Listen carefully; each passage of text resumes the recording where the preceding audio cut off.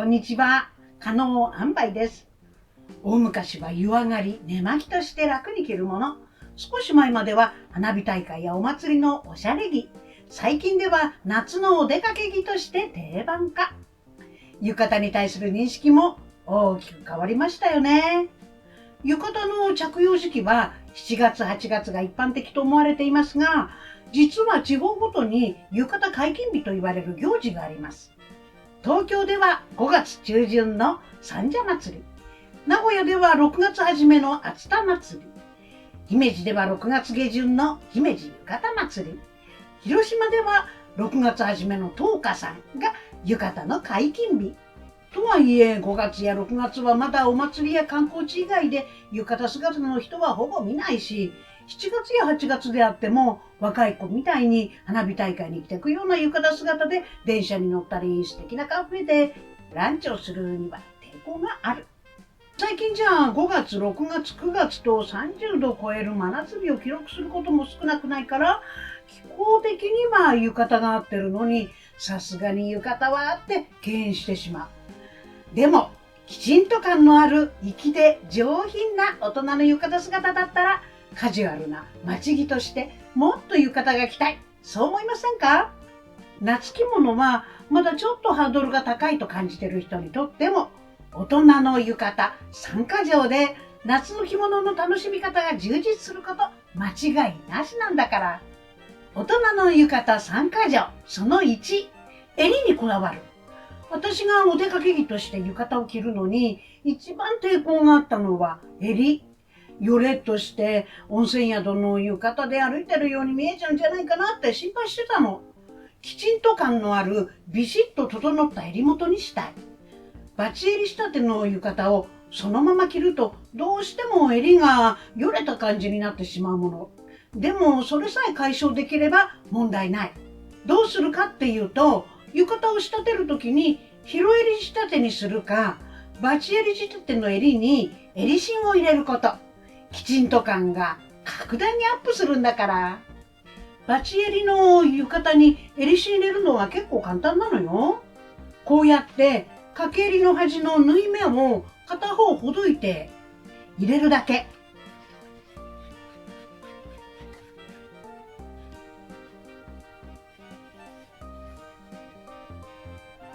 バチ襟でも襟芯を入れないで自然な感じで着たいっていう人は、襟だけスプレーのりをつけてアイロンをかけるといいわ。のりがしっかり乾いたら、衣紋を抜いた感じでハンガーにかけて吊るしてね。浴衣は衣紋抜きがなく、襟がしっかり固定されず、襟元が崩れやすいので、きちんと感のある襟合わせを意識して着ることが大切。私は長襦袢を着るときは襟を少し開けるんだけど、浴衣だとだらしなく見えてしまうから、こうやってしっかりめに襟を合わせるようにしているの。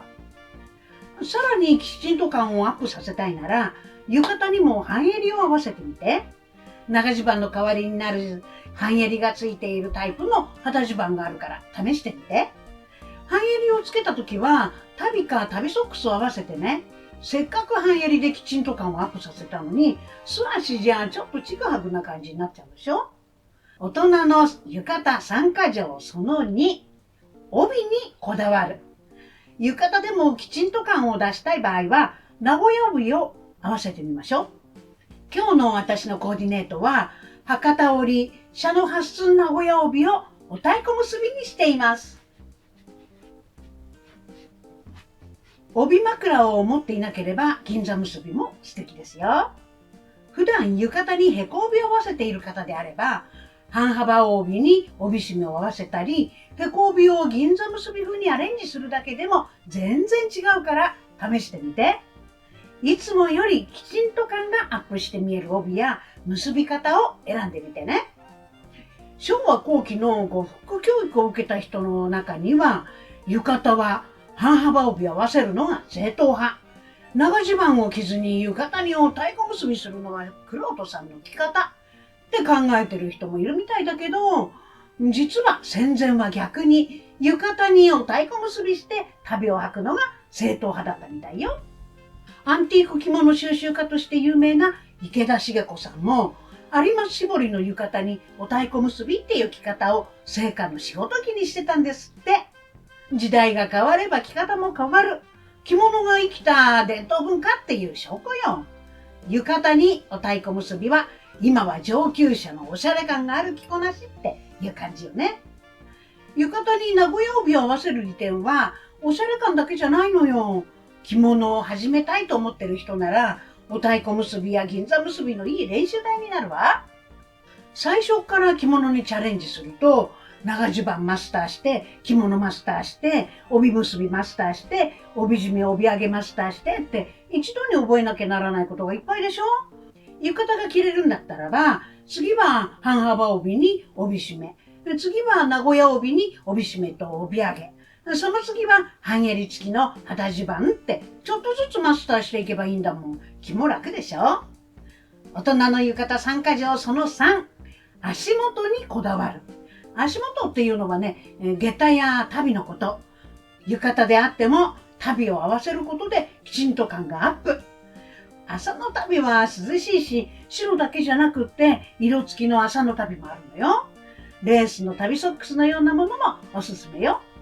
それに足袋を合わせることで裾の位置も変わるから大人っぽく見えるの。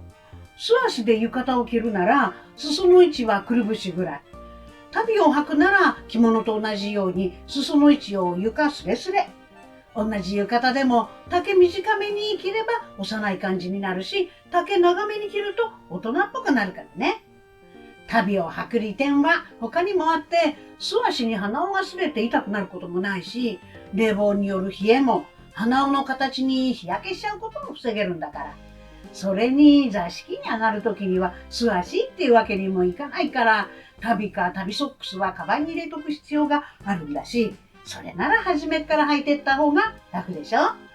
いつもの下駄に足袋を合わせるだけでもいいんですが、こだわりの下駄を合わせるとさらにきちんと感がアップ。例えば船形下駄は草履の形をしているので、駒下駄やウコン下駄よりもきちんと感があるし、畳表の下駄も普通の下駄より格がウエットされてるからおすすめ。畳表は素足だと汗や汚れは畳目に詰まりやすくなるから、浴衣であっても足袋を履いた方がいいわよ。今お持ちの浴衣でも大人の浴衣参加条できちんと感をアップすることができるけど、これから浴衣を仕立てるのであれば素材にもこだわってみて。浴衣に一番多いコーマ生地ではなく、綿紬、綿麻、綿縮み、綿麻縮みなど独特の風合いのある生地や、綿炉や綿勾配みたいに少し透け感がある生地が大人の浴衣にはおすすめよ。大人浴衣をもっと楽しむために素材選びにもこだわってマイサイズで仕立ててみてくださいね。大人の浴衣参加条は季節や着用シーンに合わせて柔軟に組み合わせてみて。浴衣はおしゃれ着なんだから自由に楽しめばいいの。堂々と自信を持って楽しんでね。本日は大人の浴衣参加条についてお話ししました。本日の動画が面白いなとかお役に立てたようでしたら、高評価とチャンネル登録よろしくお願いします。